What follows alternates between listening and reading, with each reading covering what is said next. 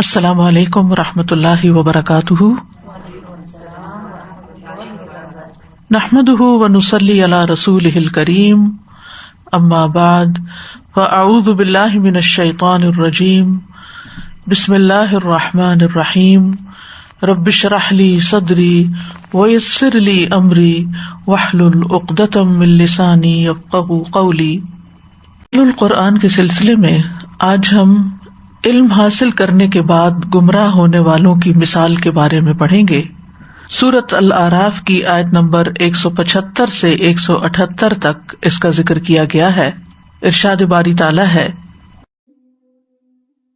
اور انہیں اس شخص کی خبر پڑھ سنائیے جسے ہم نے اپنی آیات عطا کی تو وہ ان سے صاف نکل گیا، پھر شیطان نے اسے پیچھے لگا لیا تو وہ گمراہوں میں سے ہو گیا، اور اگر ہم چاہتے تو اسے ان کے ذریعے بلند کر دیتے، مگر وہ زمین کی طرف چمٹ گیا اور اپنی خواہش کے پیچھے لگ گیا۔ تو اس کی مثال کتے کی مثال کی طرح ہے کہ اگر تو اس پر حملہ کرے تو زبان نکالے ہانپتا ہے، یا تو اسے چھوڑ دے تو بھی زبان نکالے ہانپتا ہے۔ یہ ان لوگوں کی مثال ہے جنہوں نے ہماری آیات کو جھٹلایا، سو آپ یہ بیان سنا دیجئے تاکہ وہ غور و فکر کریں۔ برے ہیں وہ لوگ مثال کی روح سے جنہوں نے ہماری آیات کو جھٹلایا اور اپنی ہی جانوں پر ظلم کرتے رہے۔ جسے اللہ ہدایت دے سو وہی ہدایت پانے والا ہے، اور جسے وہ گمراہ کر دے سو وہی خسارہ اٹھانے والے ہیں۔ یہ مثال سورۃ الاعراف میں بیان ہوئی ہے۔ سورۃ الاعراف میں بہت سے انبیاء کا ذکر ہے جنہوں نے توحید کی دعوت دی، لیکن ان کی اقوام نے روگردانی کی، بات نہیں مانی۔ انبیاء نے انہیں اللہ تعالیٰ کی توحید کی طرف بلایا، اللہ کی عبادت کی طرف بلایا، لیکن قوموں کی طرف سے مسلسل انکار ہی رہا، جس کے نتیجے میں ان پر عذاب آیا۔ نوح علیہ السلام، ہود علیہ السلام، صالح علیہ السلام، لوط علیہ السلام اور پھر موسیٰ علیہ السلام کے واقعات اس صورت میں پیچھے گزر چکے ہیں۔ خاص طور پر بنی اسرائیل کی روگردانی کا بیان آتا ہے واقعہ سبت کی شکل میں، کہ کس طرح انہوں نے اللہ سبحانہ تعالیٰ کے احکامات کی نافرمانی کی، انہوں نے نصیحت قبول نہ کی اور نتیجتاً ان پر بھی عذاب آیا۔ انبیاء کے واقعات کے بعد عہد الست کا بیان آتا ہے کہ اللہ سبحانہ تعالیٰ نے بنو آدم کو آدم علیہ السلام کی پشت سے نکالا اور ان کو ان کی جانوں پر گواہ بنایا اور کہا، کیا میں تمہارا رب نہیں ہوں؟ انہوں نے کہا، کیوں نہیں، ہم نے شہادت دی، ایسا نہ ہو کہ قیامت کے دن تم کہو کہ بے شک ہم تو اس سے غافل تھے۔ عہد الست کے بارے میں اہل علم کے دو مشہور اقوال ہیں۔ ایک یہ کہ آدم علیہ السلام اور ان کی اولاد سے لیا گیا عہد ہے جسے بعد میں انسان بھول گئے۔ دوسرا یہ بھی کہا جاتا ہے کہ عقلی اور نقلی اور فطری دلائل کی بنیاد پر عہد لیا گیا، یعنی جس فطرت پر اللہ نے لوگوں کو پیدا کیا اس کے مطابق یہ عہد ہے، حقیقت میں ایسا عہد نہیں تھا۔ بہرحال ان سب واقعات کے بعد اور اس عہد کے ذکر کے بعد اس مثال کا ذکر ہے۔ تو آئیے دیکھتے ہیں کہ اس مثال میں اللہ سبحانہ تعالیٰ ہمیں کیا سمجھانا چاہتے ہیں، کیونکہ مثالیں بات کی حقیقت کو مزید کھول کر بیان کرتی ہیں۔ ارشاد ہے، وَاتْلُ عَلَيْهِمْ نَبَأَ الَّذِي آتَيْنَاهُ آيَاتِنَا۔ وَاتْلُ عَلَيْهِمْ، آپ پڑھ سنائیے انہیں، یعنی نبی صلی اللہ علیہ وسلم سے خطاب ہے کہ آپ یہ واقعہ ان کو بیان کیجیے۔ اللہ سبحانہ تعالیٰ خود بھی ڈائریکٹلی بھی نریٹ کر سکتے ہیں، لیکن جہاں خاص طور پر آپ کی زبانی کہہ کے کہلوائی جاتی ہے بات، اس سے تاکید ہو جاتی ہے، دوہری بات ہو جاتی۔ اللہ تعالیٰ فرما رہے ہیں اور نبی صلی اللہ علیہ وسلم کی زبان سے کہلوا رہے ہیں۔ اور وَاتْلُ عَلَيْهِمْ یعنی اپنی قوم کو اور ان تمام لوگوں کو پڑھ سنائے جن تک یہ کتاب پہنچے۔ کیا؟ نبأ، خبر، اور نبأ عام خبر نہیں ہوتی، اہم اور فائدہ مند خبر ہوتی ہے، بڑی خبر ہوتی ہے۔ وہ اہم خبر، وہ اہم بات، الذی آتیناہ آیاتنا، اس شخص کی خبر جس کو ہم نے اپنی آیات دی تھی، یعنی ہم نے کتاب اللہ کی تعلیم دی تھی، جس کے نتیجے میں وہ ایک ماہر عالم بن گیا تھا۔ یہ کون شخص تھا؟ الذی سے مراد کون ہے؟ مفسرین میں سے بعض نے اسے ایک متعین شخص قرار دیا ہے جسے کتاب الہی کا علم تھا، پھر وہ دنیا اور شیطان کے پیچھے لگ کے گمراہ ہو گیا. لیکن جتنے بھی نام لیے گئے ہیں ان میں سے جیسے بلعم بن باعور کا نام لیا جاتا ہے، لیکن ان میں سے کوئی بھی بات صحیح سند سے ثابت نہیں ہے کہ حقیقت میں کس کی طرف اشارہ ہے. ایسے افراد ہر ملت میں ہر دور میں ہوتے ہیں. اصل بات سبق سیکھنا ہے اس مثال سے، یعنی جس کے اندر بھی یہ صفت پائی جائے گی اس کا یہی حال ہوگا جیسا اس واقعے میں بیان ہوا ہے. اور یہاں جو آیات کا لفظ آیا ہے، بعض علماء نے اس سے تکوینی آیات بھی مراد لی ہیں، یعنی قرآنی آیات بھی، کتابی آیات بھی اور تکوینی بھی. تکوینی سے مراد کیا ہے کہ جو قدرت کی نشانیاں ہیں، کائنات کی نشانیاں ہیں، اور یہ نشانی ہر چیز کے اندر ہے، اور یہ نشانی اس بات پر دلالت کرتی ہے کہ اللہ ایک ہے. مثلاً ہمارا کھانا ایک نشانی ہے، جو چیزیں ہم پیتے ہیں وہ ایک نشانی ہے، ہوا ایک نشانی ہے، نباتات اللہ کی نشانی ہے، حیوانات اللہ کی نشانیاں ہیں، ستارے سیارے اللہ کی نشانیاں ہیں، آسمان میں گیلیکسیز کا پایا جانا، ستاروں کے جھرمٹ اور ان کے رنگ، یہ سب اللہ کی نشانیاں ہیں. اور یہ ایک نہیں، دو نہیں، ان گنت نشانیاں ہیں، اور یہ اللہ سبحانہ تعالیٰ کی عظمت پر دلالت کرتی ہیں. اللہ نے ان سب چیزوں کو پیدا کیا اور اللہ سبحانہ تعالیٰ نے ہی ان کا علم لوگوں کو دیا. تو اصل بات یہ ہے کہ علم اللہ ہی سکھاتا ہے. آتیناہ آیات، ہم نے دی اس کو اپنی نشانیاں، یعنی اللہ سبحانہ تعالیٰ ہی نے کتابیں بھیجی اور اللہ ہی نے یہ کائنات تخلیق کی، لہٰذا یہ علم اللہ کی طرف سے ہے. اور اگر انسان کو کسی بات کا علم نہ ہو تو ضرور کہنا چاہیے واللہ عالم، اللہ زیادہ جانتا ہے، کیونکہ علم تو اللہ ہی کے پاس ہے. یا پھر اگر کوئی آپ سے کسی آیت کا مطلب پوچھے یا کوئی فتویٰ پوچھے یا کوئی مسئلہ پوچھے اور آپ اسے یہ کہہ دیں کہ لا اعلم، میں نہیں جانتا، تو اس میں کوئی شرمندگی کی بات نہیں، کیونکہ علم تو اللہ ہی کے پاس ہے. ولا یحیطون بشیء من علمہ الا بما شاء. اور اللہ کے علم کے مقابلے میں سارے انسانوں اور ساری مخلوق کا علم مل کے اتنا بھی نہیں جتنا سمندر کے مقابلے میں قطرہ ہو. تو پھر ہم کیا جانتے ہیں؟ تو بہرحال اللہ سبحانہ تعالیٰ نے اس کو آیات کا علم دیا. اور اگر ہم یہاں یہ فرض کر لیں کہ اس کو دین کا علم حاصل ہوا تھا تو اس روشنی میں آگے کی باتوں کو سمجھیے. فانسلخ منہا، انسلخ کا لغوی مطلب ہوتا ہے کسی چیز کی کھال اوپر سے اتار دینا، جیسے بکری کی کھال کو کھینچ دیتے ہیں یا سانپ جو ہے وہ اپنی کیچلی سے باہر آ جاتا ہے. اسی طرح قرآن مجید میں سورۃ یاسین میں آتا ہے وَآیَةٌ لَهُمُ اللَّيْلُ نَسْلَخُ مِنْهُ النَّهَارَ، کہ ان کے لیے رات ایک نشانی ہے جس کے اوپر سے ہم دن کو ہٹا دیتے ہیں، یعنی دن کی کھال اتار دیتے ہیں اور پھر وہ اندھیری رہ جاتی ہے. تو فانسلخ منہا کا مطلب کیا ہے یہاں اس کانٹیکسٹ میں کہ وہ آیات کے علم سے نکل گیا، یعنی جو آیات اس کو دی گئی تھی، آیات کے ذریعے جو اس کو عزت بخشی گئی تھی، وہ نافرمانی کی وجہ سے اس سے چھین لی گئی. یعنی گناہوں کی وجہ سے جو وہ اطاعت سے نکل گیا تو اس کے لیے انسلخ منہا کا لفظ استعمال ہوا. اب نتیجہ کیا ہوا کہ جب اس نے آیات کی پابندی کو چھوڑا، علم پر عمل کرنا چھوڑا، دنیا کے پیچھے بھاگا، فَأَتْبَعَهُ الشَّيْطَانُ، تو شیطان اس کے پیچھے لگ گیا، یعنی شیطان اس کے پیچھے چلا اور اس کو جا پکڑا. ابلیس نے اس پہ قابو پا لیا، کیونکہ جب اس نے آیات کو چھوڑ دیا تو شیطان اس پر غالب آ گیا. جب تک انسان ان آیات کو پکڑے رکھتا ہے، اللہ کی کتاب کو پکڑے رکھتا ہے، تو شیطان پہ بہت بھاری ہوتا ہے. شیطان اس کو پیچھے نہیں لگا سکتا، شیطان اس کے اوپر غالب نہیں آ سکتا، شیطان اس سے ڈرتا ہے. لیکن جو ہی انسان اپنے نفس کی خواہشات پہ چلتا ہے اور کتاب الہی کے علم کے باوجود اس سے روگردانی کرتا ہے، علم پر عمل نہیں کرتا، تو پھر شیطان غالب آتا ہے. اور یہی ترتیب ہر معاملے میں یاد رکھیے.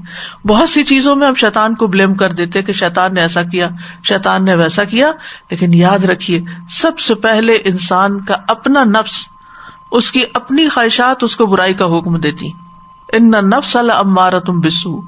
اور جب انسان نفس کے ہاتھوں کمزور پڑتا ہے یعنی اس کا ایمان کمزور ہوتا ہے تو پھر وہ نفس کے پیچھے چلتا ہے، اور جو ہی نفس کی خواہش کے پیچھے چلتا ہے تو پھر وہ انتہائی کمزور ہو جاتا ہے، جس پہ شیطان آ کے حملہ آور ہوتا ہے اور اس کو دبوچ لیتا ہے. اور اس کا ذکر ایک اور آیت میں بھی آتا ہے سورۃ الزخرف کی، وَمَن يَعْشُ عَن ذِكْرِ الرَّحْمَنِ نُقَيِّضْ لَهُ شَيْطَانًا فَهُوَ لَهُ قَرِينٌ وَإِنَّهُمْ لَيَصُدُّونَهُمْ عَنِ السَّبِيلِ وَيَحْسَبُونَ أَنَّهُمْ مُهْتَدُونَ. اور جو شخص رحمان کے ذکر سے آنکھیں بند کر لیتا ہے ہم اس پر ایک شیطان مسلط کر دیتے ہیں. یعنی جو ہی انسان ذکر کو چھوڑتا ہے، کتاب اللہ کو چھوڑتا ہے، اللہ کی کتاب سے اس کا تعلق نہیں رہتا، تو نتیجہ کیا ہوتا ہے؟ اللہ تعالیٰ اس پر ایک شیطان مسلط کر دیتا ہے. پھر وہ شیطان کا نوالا بن جاتا ہے، شیطان اس پہ اپنے پنجے گاڑ لیتا ہے، یعنی وہ اپنے دشمن کے حوالے ہو جاتا ہے. فَهُوَ لَهُ قَرِينٌ، جو اس کا ساتھی بن جاتا ہے. اب وہ اس کے ساتھ ساتھ رہتا ہے، وہ اس کو گائیڈ کرتا ہے، وہ اس کو خیالات دلاتا ہے، وساوس دیتا ہے، اور بے شک وہ ضرور انہیں اصل راستے سے روکتے ہیں. یعنی جب شیطان کسی کے پیچھے لگتا ہے تو اس کو وہ سیدھے راستے سے ہٹا دیتا ہے، اور یہ سمجھتے ہیں کہ بے شک وہ سیدھے راستے پہ چلنے والے، کیونکہ وہ کیا سمجھتے ہیں، ہمارے پاس تو کتاب کا علم ہے، حالانکہ وہ کتاب ہی کے علم کی تعویلیں کر کے اپنے نفس کو سیٹسفائی کر رہے ہوتے ہیں.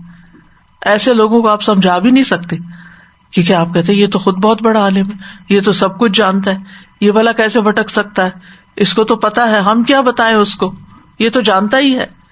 لہذا جب وہ نفس کے پیچھے چلتا ہے تو پھر کوئی اور بھی اس کو ہدایت نہیں دے پاتا، اور وہ خود کیا سمجھتا ہے، جو میں کر رہا ہوں وہ ٹھیک ہوں کیونکہ میں تو بہت بڑا علامہ ہوں. اسی طرح یہ ہے کہ شیطان انسان کے لیے برائیوں کو مزین کر دیتا ہے.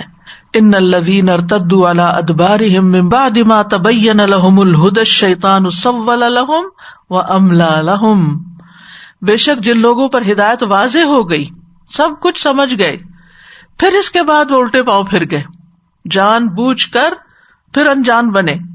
شیطان نے ان کے لیے ان کا عمل مزین کر دیا اور انہیں آرزو دلائی کہ بڑی زندگی پڑی ہے، بعد میں توبہ کر لینا، ابھی تو بڑا وقت ہے.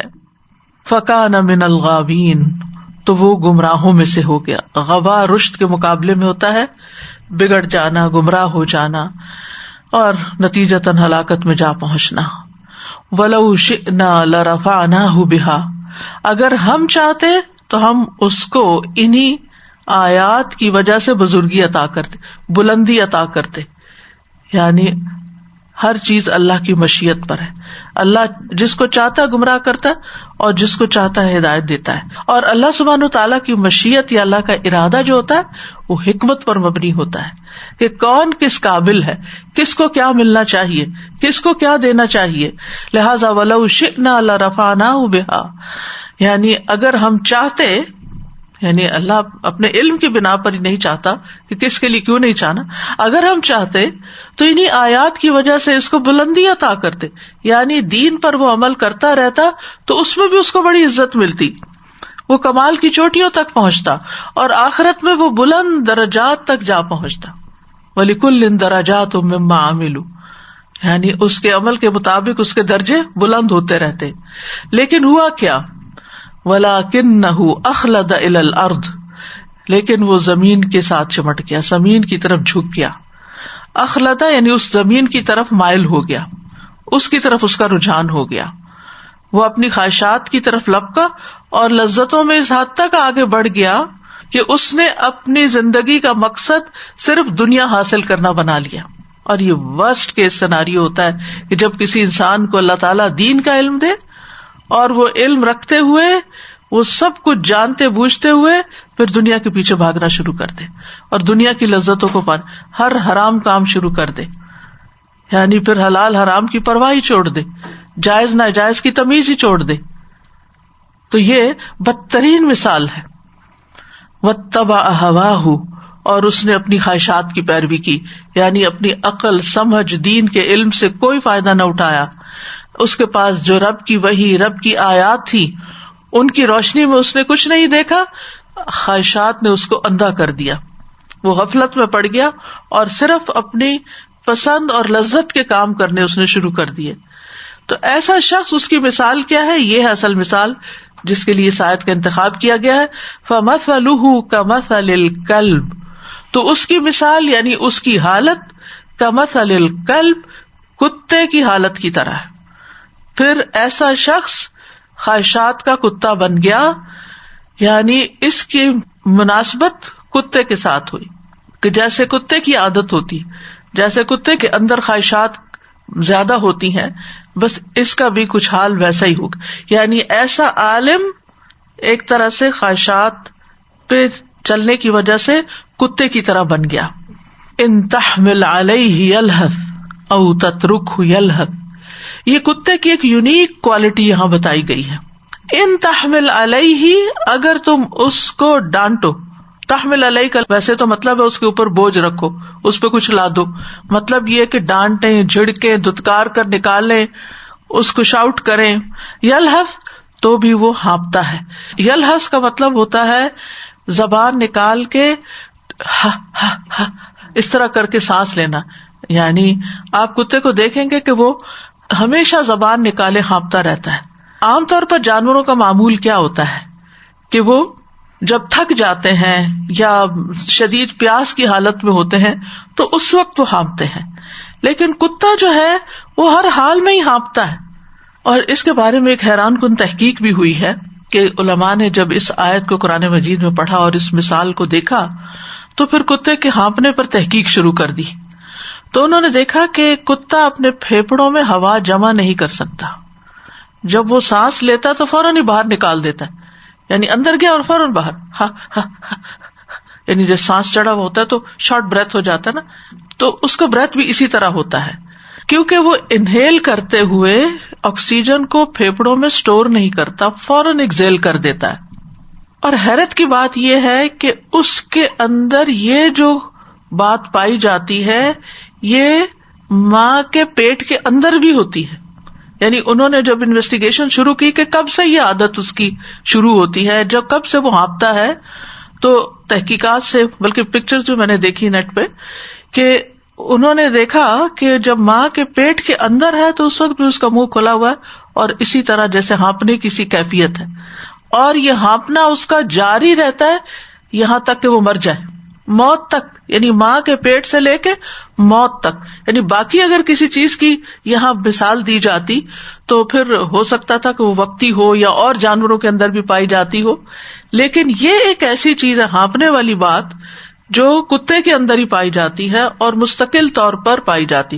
یعنی ہانپتے تو انسان بھی ہانپتے ہیں، دیگر جانور بھی ہانپتے ہیں، گرمی سے، پیاس سے، تھکن سے یا کسی بیماری کی وجہ سے، لیکن یہاں پر کتا جو ہے وہ تھرو آؤٹ ہانپتا ہے. یہاں تک دیکھا گیا کہ جب 36 دن کا جنین ہوتا ہے، یعنی فیٹس تھا، 36 days اونلی، تو اس وقت سے اس کا یہ ہانپنا شروع ہوتا ہے. یعنی پیدائش سے پہلے اور پیدائش کے بعد. انسانوں پر آپ دیکھیے کہ کیسی کیسی اللہ کی رحمتیں ہیں کہ اللہ نے ہمارے پھیپھڑے ایسے بنائے ہیں کہ ہم جب سانس لیتے ہیں تو سارا سانس ایک دم باہر نہیں چلا جاتا واپس ایکسیل کرتے ہوئے، بلکہ کچھ اندر بھی آکسیجن رہ جاتی ہے، جس کی وجہ سے ہم دیر تک بات بھی کر سکتے ہیں. خاص طور پر قرآن کی آیات کی تلاوت جو ہے اس میں لمبا سانس جو ہے وہ فائدہ دیتا ہے. تو بہرحال یہ ہانپنا جو ہے یہ ایک تکلیف دہ کیفیت ہوتی. اگر آپ کا سانس پھولتا ہو تو آپ سیڑھی چڑھے تو آپ کو کتنی تکلیف ہوتی، آپ 4 قدم چلے آپ کو تکلیف ہوتی. ان بیماری کی حالت میں بعض اوقات ایسا ہو جاتا ہے، آپ دوڑے تو آپ ہانپنے لگتے ہیں، آپ کو تکلیف ہوتی ہے. لیکن کتے کا حال ہر وقت یہی ہوتا ہے. تو آپ دیکھیے کہ ایسا انسان جو دین چھوڑ کر چاہے ایمان سے کفر کی طرف مرتد ہو، چاہے وہ علم حاصل کرنے کے بعد عمل نہ کرے، یا وہ علم کی بلندیوں پہ پہنچ کر واپس انتہائی حقیر خواہشات کی طرف پلٹ جائے، یعنی کسی بھی صورت میں اس کا واپس پلٹنا جو ہے وہ اس کے لیے زندگی کو عذاب اور مشقت بنا دیتا ہے. یعنی ایسا نہیں کہ وہ خواہشات کے پیچھے لگ کر بہت سکون میں ہوتا ہے، بلکہ ساتھ ہی اس کا عذاب بھی شروع ہو جاتا ہے. جس طرح کتے کی یہ پریشانی اور مشقت کبھی منقطع نہیں ہوتی، تو ایسے انسان کے اندر بھی ایک ایسی پریشانی اور تکلیف ہوتی ہے کہ جو موت تک، بلکہ موت کے بعد بھی اس کا پیچھا نہیں چھوڑتی. ذالک مثل القوم الذین کذبوا بآیاتنا، یہ مثال ہے اس قوم کی، ان لوگوں کی جنہوں نے ہماری آیات کو جھٹلا دیا. یعنی جو لوگ بھی پچھلی قومیں، سورۃ الاعراف میں جیسا کہ ابتدا میں نے ذکر کیا کہ پچھلی قوموں کا حال بیان ہوا جنہوں نے اللہ کی آیات کو، انبیاء کے پیغام کو جھٹلا دیا. نبی صلی اللہ علیہ وسلم کے زمانے کے لوگوں کی بات ہے، اور قیامت تک بھی جو بھی یہ کام کریں گے کہ ایک طرف اللہ سبحانہ تعالیٰ کی آیات ہیں اور دوسری طرف خواہشات ہیں. تو جو لوگ آیات کو جھٹلا کر خواہشات کے پیچھے چلتے ہیں، یہ مثال ان سب پر فٹ آتی ہے، اور خاص طور پر سمجھنے کے بعد جو لوگ ناسمجھ ہو جائیں ان کے اوپر. فَاقْصُصِ الْقَصَصَ لَعَلَّهُمْ يَتَفَكَّرُونَ، آپ ان پر قصے بیان کرتے رہیں، شاید غور و فکر کریں، یعنی اس امید پر کہ شاید غور و فکر کریں، اور جس تکذیب میں اور گمراہی میں اور فساد میں یا فسق میں وہ مبتلا ہو چکے ہیں شاید اس سے پلٹ آئیں، شاید ان کو بات سمجھ آ جائے. ساء مثلا القوم الذین کذبوا بآیاتنا، جن لوگوں نے ہماری آیات کو جھٹلایا ان کی مثال کتنی بری ہے. وانفسهم كانوا یظلمون، اور اپنی جانوں پر دراصل وہ ظلم کرتے ہیں. یعنی انتہائی قبیح مثال ہے، اور یہ اصل میں کسی اور کو نقصان نہیں دے رہے، اپنی ہی زندگی کو میلا کر رہے ہیں، اپنے آپ کو ہی تکلیف میں مبتلا کر رہے ہیں، اپنے آپ کو ہی ذلت میں ڈال رہے ہیں، اور اپنی ہی آخرت برباد کر رہے ہیں. من یہد اللہ فہو المہتدی، جس کو اللہ ہدایت دے وہی ہدایت پاتا ہے. ومن یضلل فاولئک هم الخاسرون، اور جس کو گمراہ کر دے تو یہی لوگ ہیں جو اصل میں خسارہ پانے والے ہیں. یعنی جس کو اللہ نے توفیق دی، ایمان لایا، اسلام لایا، اللہ تعالیٰ کی ہدایت پائی، اس نے علم حاصل کیا، اس پر عمل کیا، تو وہ لوگ ہی ہدایت یافتہ ہے اور کامیاب ہونے والے ہیں. اس کے برعکس جو ایمان نہ لائیں، جو عمل نہ کرے، تو دراصل نقصان اٹھانے والے ہیں. یعنی جو حق سے اعراض برتتا ہے، جو تکبر کرتا ہے، جو حسد کی وجہ سے دین کی طرف نہیں آتا، یا کسی بھی اپنی انا کی وجہ سے روگردانی کرتا ہے، تو ایسے لوگ جو ہیں وہ دراصل اللہ کی رحمت سے دور ہو جاتے ہیں اور گمراہ ہو جاتے ہیں. اور اگر آپ اپنے اصل صراط مستقیم سے بھٹکے تو پھر انجام جو ہے وہ ہلاکت ہی ہلاکت ہے. اور خاسرون جیسے پہلے بھی ذکر ہوا تھا، خسارہ کہتے ہیں تجارت میں نقصان اٹھانے کو.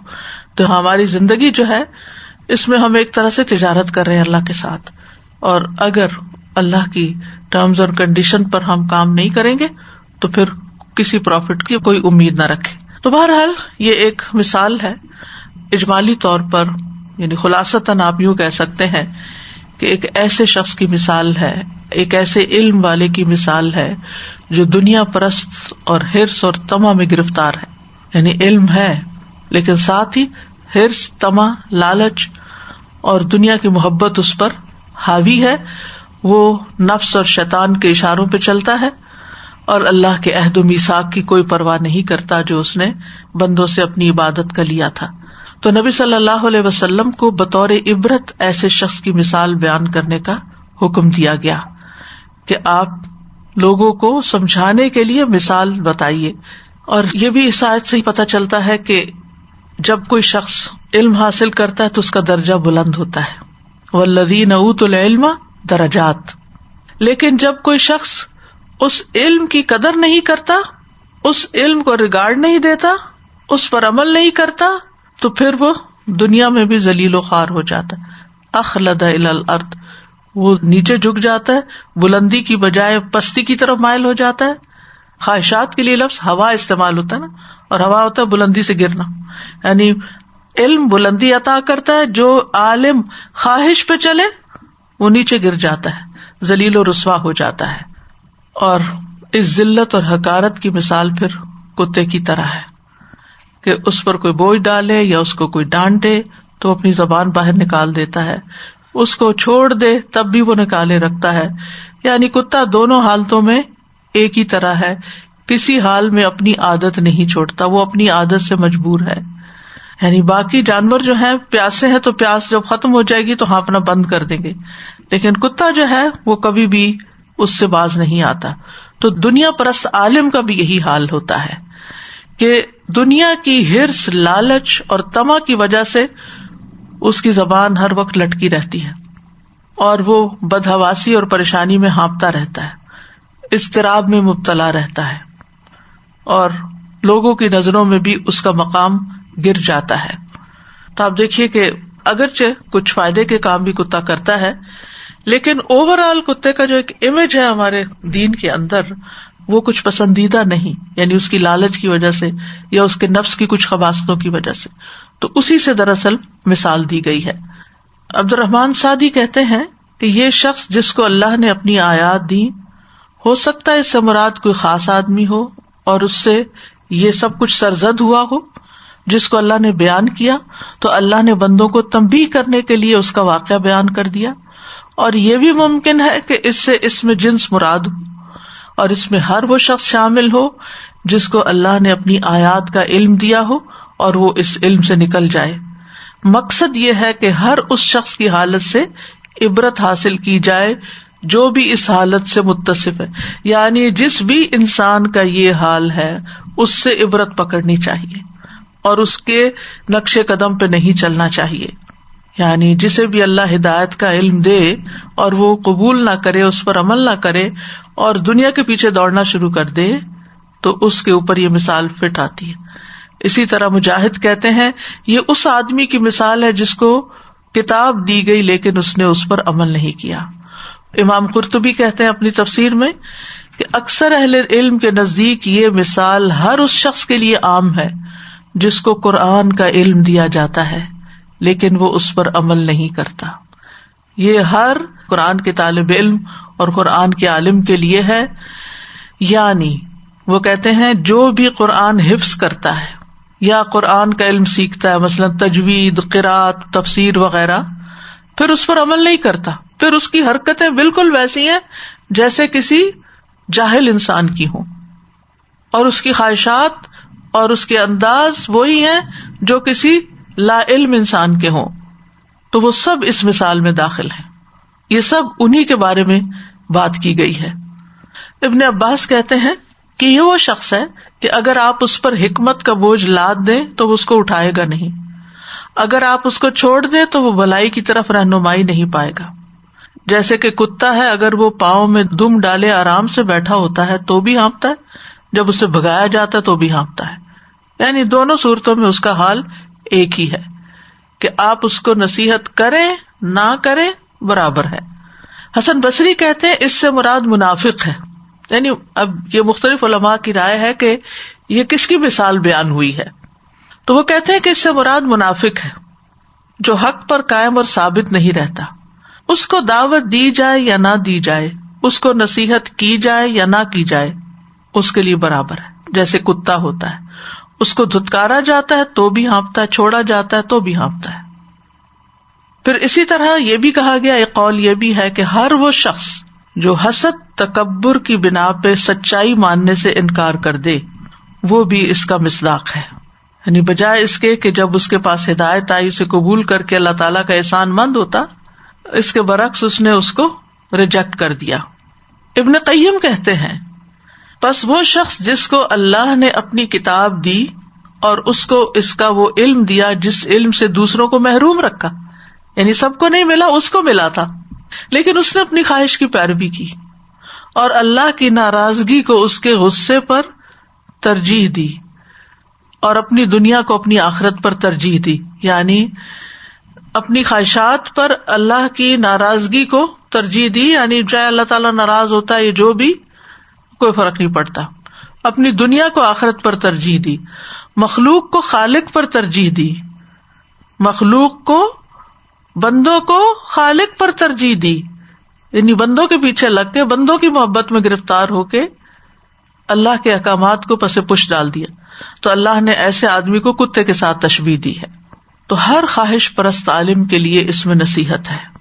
پھر اسی طرح یہ بھی کہا گیا کہ نبی صلی اللہ علیہ وسلم کے زمانے میں بھی کچھ لوگ ایسے تھے جنہوں نے قرآن سنا، علم والے تھے، جیسے ولید بن مغیرہ، سمجھ گیا، بات کی تہ تک پہنچ گیا. اس نے کہا تھا کہ اس قرآن کی ایک لذت اور شیرینی ہے. یہ ولید بن مغیرہ کے الفاظ کا ترجمہ ہے.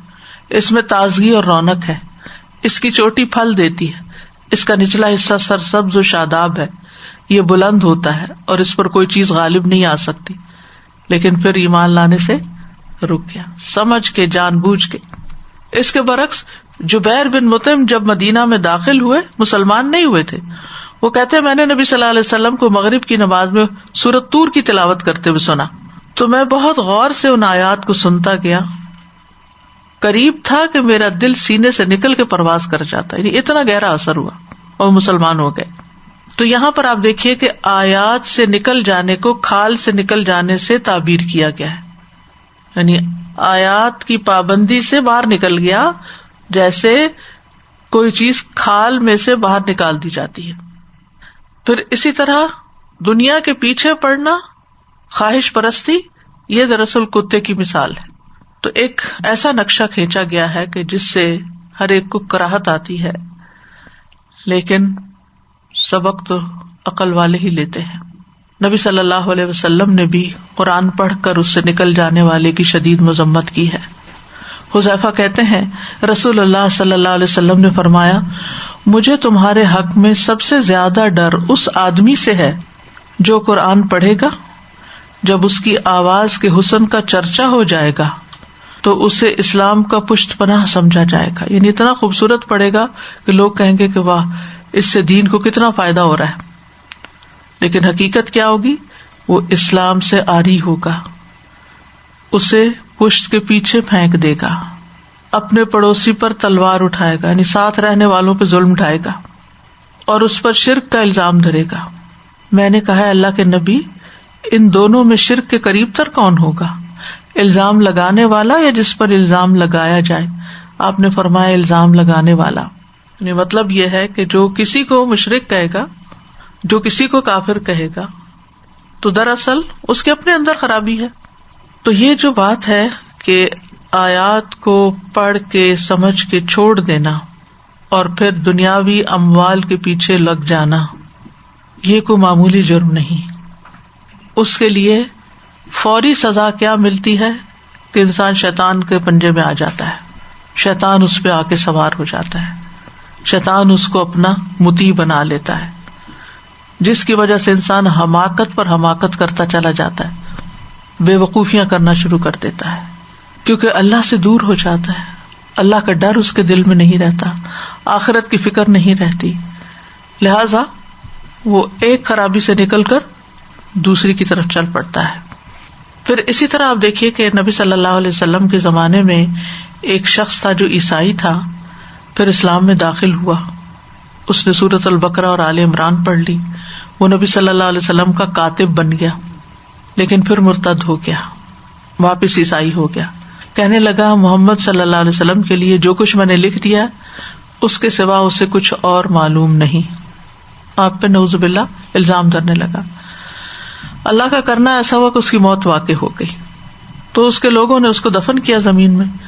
جب صبح ہوئی تو دیکھا لاش قبر سے نکل کے زمین پہ باہر پڑی۔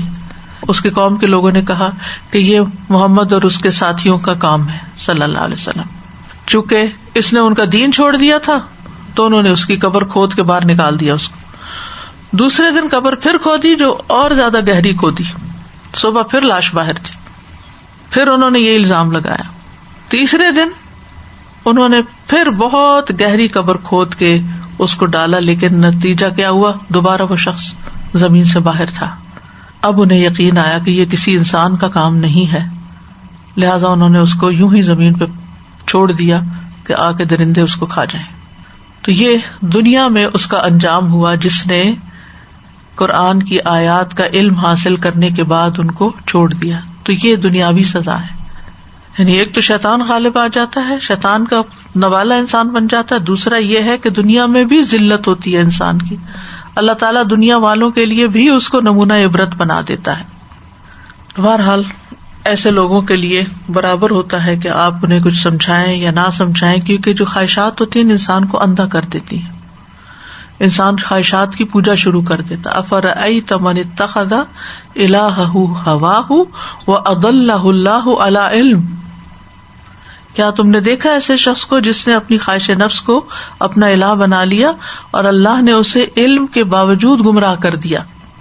جب انسان خواہشات کے پیچھے چلتا ہے تو پھر علم ایک طرف رہ جاتا ہے اور انسان کسی اور رستے پہ چل پڑتا ہے۔ اللہ تعالیٰ فرماتے ہیں قرآن مجید میں کہ ایسے لوگوں کے لیے سواء علیکم ادعوتموہم ام انتم صامتون، برابر ہے تمہارے لیے، خواہ تم انہیں دعوت دو، نصیحت کرو یا تم چپ رہو. یعنی ایک لا علم کو آپ سکھا سکتے ہیں، سمجھا سکتے ہیں، ایک ناسمجھ کو آپ سمجھا سکتے ہیں، نصیحت کر سکتے ہیں، لیکن جو سمجھ کے نہ سمجھے. کہتے ہیں نا کہ ایک وہ شخص ہوتا ہے جو رات کو سو رہا ہوتا ہے نا، تو اس کو آپ جگائیں تو وہ جاگ جاتا ہے، لیکن جو لوگ جاگتے ہوئے سو رہے ہوتے ہیں ان کو آپ نہیں جگا سکتے. یعنی وہ جاگ رہے ہیں، یعنی جاگتے ہوئے کو جگانا مشکل ہے. اور اس کی مثال ایسے ہی ہے کہ جیسے کوئی مثلا بچے جاگ رہے ہوتے ہیں نا اور بیڈ پہ ہی لیٹے رہتے ہیں تو اٹھتے نہیں، تو آپ ان کو بار بار کہتے ہیں اٹھو اٹھو، اور سن رہے ہوتے ہیں لیکن اٹھنے کا نام نہیں لیتے. تو یہ جاگتے ہوئے کو جگانا مشکل ہے. تو علم والوں کو سمجھانا بڑا مشکل ہوتا ہے، ان کے پاس بڑی تعویلیں ہوتی ہیں اور وہ حرام کام پھر کرتے چلے جاتے ہیں اپنی خواہشات پوری کرنے کے لیے، اللہ کی حدیں توڑتے چلے جاتے ہیں. اس مثال کے کچھ دیگر پہلو بھی ہیں. ابن قیم کہتے ہیں کہ کتا تمام جانوروں سے زیادہ خبیث ہے، سب سے گھٹیا حیثیت رکھتا ہے، اس کا نفس سب سے زیادہ خبیث گھٹیا ہوتا ہے، اس کا عزم اس کے پیٹ سے آگے نہیں بڑھتا، یا اس کو کھانے کی خواہش ہوتی ہے یا جنسی خواہش ہوتی ہے، یعنی وہ پیٹ اور شرمگاہ کا کتا ہوتا ہے. انہی دو چیزوں پر اس کا فوکس ہوتا ہے، انہی کی لذت میں وہ جیتا ہے. پھر یہ کہ تمام جانوروں سے زیادہ لالچی ہوتا ہے، حریص ہوتا ہے. جب وہ چلتا بھی ہے تو اس کی تھوتھنی زمین میں لگی ہوتی ہے، سونگتا جاتا ہے، ہر چیز سونگتا جاتا ہے. انتہائی لالچ کی وجہ سے بو سونگتا ہے اور اپنے جسم کے باقی اجزاء کو چھوڑ کر اپنی دبر کو سونگتا رہتا ہے، یعنی اپنی شرمگاہ کو سونگتا رہتا ہے. آپ اس پر پتھر پھینکتے ہیں تو شدید حرص اور لالچ کی وجہ سے پتھر کی طرف بھی بھاگ کے جاتا ہے تاکہ اس کو دانتوں سے کاٹے. یعنی ذلت والے گھٹیا حقیر کاموں کی طرف جانے والا اور ان پہ راضی رہنے والا ہے. پھر اسی طرح یہ کہ گندگی پسند کرتا ہے، اس کو گندی بدبودار لاشیں تازہ گوشت سے زیادہ پسند ہوتی ہیں. انسانوں کی غلاظت اس کو بہت محبوب ہوتی ہے. ہر حال میں بھونکتا ہے، ہر حال میں ہانپتا ہے، کھڑا ہو، بیٹھا ہو، چل رہا ہو، رکا ہوا ہو، اس کا ہانپنا ختم نہیں ہوتا. ہر کسی پہ بھونکتا ہے، یہ نہیں دیکھتا کوئی بڑا ہے چھوٹا ہے، جو بھی پاس سے گزرے گا اس پہ بھونکے گا. اور جب وہ اس بات کا سوچتا بھی ہے کہ کوئی اس کے ساتھ کسی چیز میں مثلا کوئی چیز کھا رہا ہو اور اگر کوئی اور آئے تو اس پہ بھی بھونکے گا، کسی کو اپنے کھانے میں شریک نہیں ہونے دے گا. تو اسی طرح علم کے باوجود جو دنیا کو ترجیح دیتے ہیں ان کے اندر بھی ایسی ہی چیزیں پیدا ہو جاتی ہیں.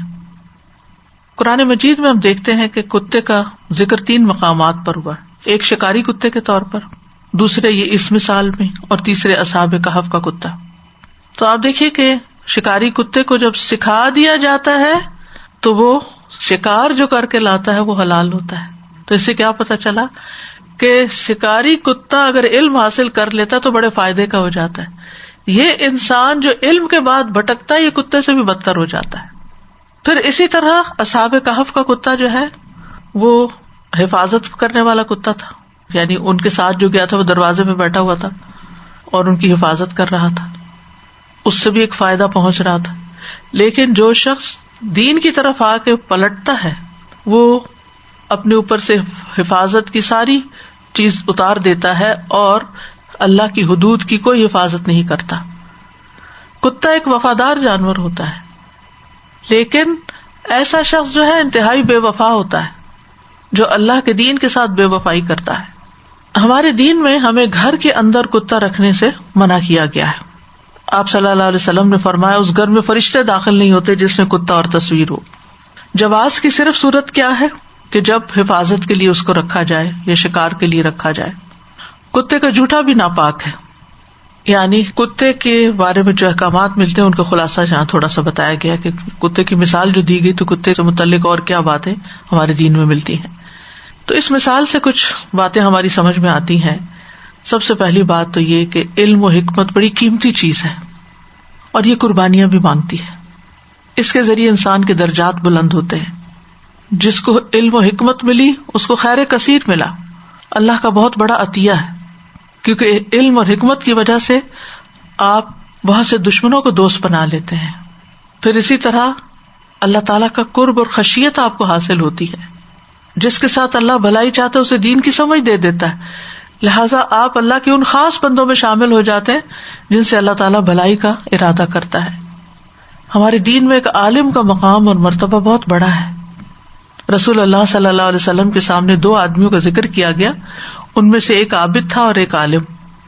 آپ نے فرمایا عالم کی فضیلت عابد پر ایسی ہے جیسی میری فضیلت تم میں سے ایک عام آدمی پر ہے.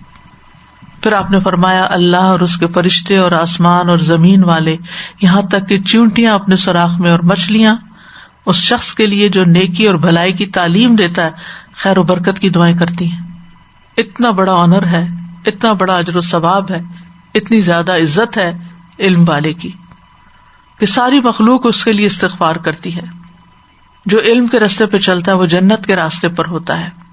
علماء انبیاء کے وارث ہوتے ہیں، لیکن علم پر عمل کے بغیر خالی علم انسان کا مقام بلند نہیں کرتا. یعنی اگر انسان علم خوب رکھتا ہے لیکن عمل نہیں کرتا، وَلَوْ شِئْنَا لَرَفَعْنَاهُ بِهَا، یہ عمل کے ساتھ ہوتا ہے. عمل چھوڑ دیتا ہے، اس کے برعکس عمل کرتا ہے تو پھر ذلیل ہوتا ہے. یعنی اللہ کے ہاں درجات کی بلندی علم کے ساتھ اس وقت ہے جب انسان ایمان رکھتا ہو، عمل کرتا ہو. اور ہمیں تعلیم بھی یہی دی گئی ہے کہ ہم علم پر عمل کریں. قیامت کے دن کسی شخص کے قدم اللہ رب العزت کے پاس سے اس وقت تک ہٹ نہیں سکیں گے جب تک 5 چیزوں کے بارے میں پوچھ نہ لیا جائے. عمر کن کاموں میں صرف ہوئی، جوانی کہاں لگائی، مال کہاں سے کمایا، کہاں خرچ کیا، اور جو سیکھا اس پہ عمل کتنا کیا. تو قرآن پڑھ کر عمل نہ کرنے والے ان کے لیے شدید وعید ہے. اور نہ صرف یہ کہ یہ آخرت سے متعلق ہے، دنیا سے متعلق بھی ہے. یعنی اہل علم اگر عمل نہیں کرتے تو دنیا والوں کے لیے بھی ایک بری مثال ہے. علماء کے لیے یہ آیت شدید ترین آیتوں میں سے ہے. احادیث میں تو آتا ہے نا کہ اگر کوئی اپنے علم پر عمل نہیں کرتا تو قیامت کے دن اس کی زبان آگ کی کینچی سے کاٹی جائے گی. اسی طرح یہ ہے کہ علم والوں کے اندر اگر مال کی ہرس اور لالچ آ جائے تو یہ شدید نقصان دہ ہے، سخت نقصان دہ ہے. رسول اللہ صلی اللہ علیہ وسلم نے فرمایا 2 بھوکے بھیڑیے جنہیں بکریوں کے ریوڑ میں چھوڑ دیا جائے اتنا نقصان نہیں پہنچائیں گے جتنا نقصان آدمی کے مال و جاہ کی ہرس اس کے دین کو پہنچاتی ہے. یعنی دین والوں میں اگر مال کی لالچ آ جائے تو پھر دین کو سخت نقصان ہو جاتا ہے. یعنی اگر 2 بھوکے بھیڑیے بکریوں میں چھوڑ دیے جائیں تو وہ ان کو تباہ برباد کر دیں گے اور وہ ہر چیز ویران ہو جائے گی. لیکن اگر کوئی شخص دین پڑھ کر دین والا ہو کر دنیا کے لالچ میں گرفتار ہو جائے تو وہ اس سے بھی زیادہ تباہ کن کام کرتا ہے جتنا وہ بھیڑیا کرتا ہے. کیسے؟ ابن قیم کہتے ہیں اہل علم میں سے جس نے بھی دنیا کو ترجیح دی، اس کو محبوب جانا، تو لازمی طور پر وہ اللہ کی بات پر ناحق بات کہے گا. یعنی آیات کی کوئی ایسی تعویل کر لے گا جو ناحق ہوگی. وہ اپنے فتوے میں، اپنے فیصلے میں، اپنی خبر میں اور کسی چیز کو لازم کرنے میں ضرور ناحق بات کہے گا. یعنی جب اس کو دنیا کا لالچ ہوگا تو پھر وہ لوگوں کی پسند کے فتوے دینے لگے گا، جیسے علماء بنی اسرائیل کا حال تھا. علماء بنی اسرائیل پر اللہ سبحانہ وتعالیٰ نے سخت گرفت کی ہے قرآن مجید میں. کس وجہ سے؟ انہوں نے حق کو پہچان لیا تھا لیکن نبی صلی اللہ علیہ وسلم پر ایمان نہیں لائے اور روگردانی کی اور پھر کتاب میں تحریف کی. یشترون بآیات اللہ ثمنا قلیلا. تو اس چیز کو ہمیشہ مد نظر رکھنا چاہیے. تو بنیادی طور پر یہاں علم والوں کے لیے دنیا کی لالچ اور ہرس کی مذمت کی گئی ہے، کیونکہ دنیا کی رنگینیاں اور محبت دلوں کو ٹیڑھا کرنے کا سبب ہے. اس سے انسان کے اندر اللہ سے دوری پیدا ہوتی ہے. نبی صلی اللہ علیہ وسلم نے فرمایا قیامت قریب آ چکی ہے، لوگوں میں دنیا کی ہرس بڑھ جائے گی اور اللہ سے دوری میں اضافہ ہوگا. اسی طرح اس آیت سے یہ بات بھی پتہ چلتی ہے کہ علماء سوء سے بچنا چاہیے. یعنی ایسے عالم ہر جگہ موجود ہیں تو ان سے بچ کے رہنا چاہیے کہ جو علم رکھنے کے باوجود دنیاوی فائدے حاصل کرنے کے لیے دین کے اندر ایسی ایسی باتیں کرتے ہیں کہ جو لوگوں کو دین سے اور دور کر دیتی ہیں یا اللہ کی راہ سے بھٹکا دیتی ہیں. کیونکہ ایسے عالموں کے پیچھے پھر شیطان لگ جاتا ہے. اور شیطان ان کو تو گمراہ کرتا ہی ہے، ان کے ذریعے ایک بڑی مخلوق کو بھی گمراہ کر دیتا ہے. اور اہم بات سیکھنے کی یہ ہے اس میں کہ خواہشات کی پیروی سے ہر ایک کو ہی بچنا چاہیے. وَأَمَّا مَنْ خَافَ مَقَامَ رَبِّهِ وَنَهَى النَّفْسَ عَنِ الْهَوَىٰ فَإِنَّ الْجَنَّةَ هِيَ الْمَأْوَىٰ. رہا وہ شخص جو اپنے رب کے سامنے کھڑے ہونے سے ڈر گیا اور اس نے نفس کو خواہش سے روک لیا تو بے شک جنت ہی اس کا ٹھکانہ ہے. اس کے برعکس فَأَمَّا مَنْ طَغَىٰ وَآثَرَ الْحَيَاةَ الدُّنْيَا فَإِنَّ الْجَحِيمَ هِيَ الْمَأْوَىٰ. جو حد سے بڑھ گیا، اس نے دنیا کی زندگی کو ترجیح دی، یعنی آخرت کے مقابلے میں، حلال کے مقابلے میں حرام کی طرف چلا گیا، یقینی بات کو چھوڑ کے شک میں مبتلا ہو گیا، تو پھر ایسی صورت میں جہنم ہی اس کا ٹھکانہ ہے. خواہش پرستی جو ہے وہ انسان کو گمراہی کی طرف لے جاتی ہے. داؤد علیہ السلام کو اللہ تعالیٰ نے فرمایا تھا وَلَا تَتَّبِعِ الْهَوَىٰ فَيُضِلَّكَ عَن سَبِيلِ اللَّهِ. خواہش نفس کی پیروی نہ کرنا ورنہ یہ بات تمہیں اللہ کی راہ سے بہکا دے گی. تو جب خواہشات انسان کے دل میں اٹھتی ہیں تو انسان شیطان کا ترنے والا بن جاتا ہے، اور اس کی وجہ سے پھر انسان اپنے فرائض کو بھولنے لگتا ہے، اپنی دینی ذمہ داریوں کو چھوڑ دیتا ہے. وَلَا تُطِعْ مَنْ أَغْفَلْنَا قَلْبَهُ عَنْ ذِكْرِنَا وَاتَّبَعَ هَوَاهُ وَكَانَ أَمْرُهُ فُرُطًا. تم ایسے شخص کی بات نہ مانو جس کا دل ہم نے اپنے ذکر سے غافل کر دیا اور وہ اپنی خواہش پہ چلتا ہے اور اس کا معاملہ حد سے بڑا ہوا ہے. تو اب کرنے کے کام یہ ہے کہ علم حاصل کرنے کے بعد اس کے اوپر بعد کیا ساتھ ساتھ ہی عمل کرنا چاہیے، عمل کے طریقے بھی سیکھنے چاہیے. یعنی جو بھی علم سیکھے، خصوصاً اللہ کی آیات کا علم، تو اس پر عمل کرنا لازم ہے. پھر یہ کہ قرآن مجید کے کسی بھی پہلو سے، کسی بھی حکم سے روگردانی نہ کرے. پھر یہ کہ خواہشات کے پیچھے چل کر اللہ کی نافرمانیاں نہ کرے. اور پھر یہ کہ دنیا کی لالچ اور حرص سے بچیں. پھر اسی طرح کوئی بھی چیز جو انسان کو دنیا کی محبت دلانے والی ہو، اس چیز سے بچ کر رہیں. اگر کوئی ہمارے دین کی اور علم کی تعریف کرے تو اس پر بھی اپنا محاسبہ کریں. ابو بکر رضی اللہ عنہ کے بارے میں آتا ہے کہ جب ان کی کوئی اس طرح کی تعریف کرتا تھا تو کہتے تھے اللہم لا تؤاخذنی بما یقولون واغفر لی ما لا یعلمون. تو اللہ تعالیٰ سے ہم دعا کرتے ہیں کہ اللہ تعالیٰ ہدایت کے بعد ہمارے دلوں کو نہ پلٹائے.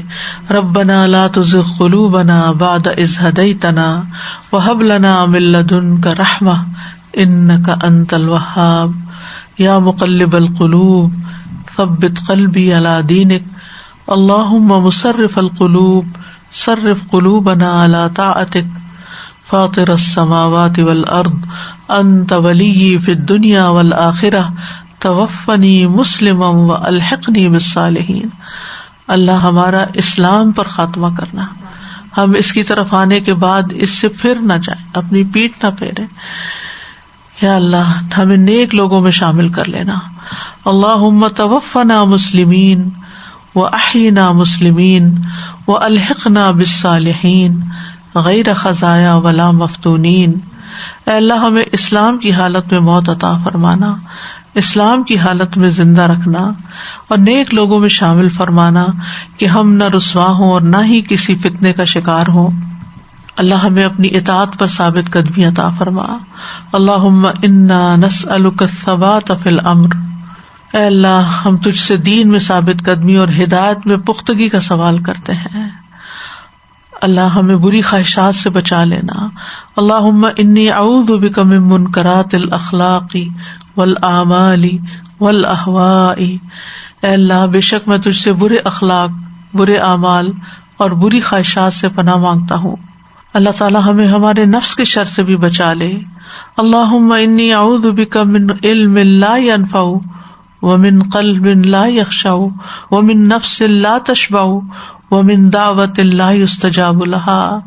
یا رب العالمین تو ہمیں اپنی حفظ و امان میں رکھنا اور شیطان کے شر اور نفس کے وسوسوں اور ہر طرح کی گمراہ کن آوازوں سے محفوظ رکھنا. ربنا تقبل منا انک انت السمیع العلیم وتب علینا انک انت التواب الرحیم. وصلی اللہ تعالی علی خیر خلقہ محمد وعلی آلہ واصحابہ واہل بیتہ اجمعین برحمتک یا ارحم الراحمین.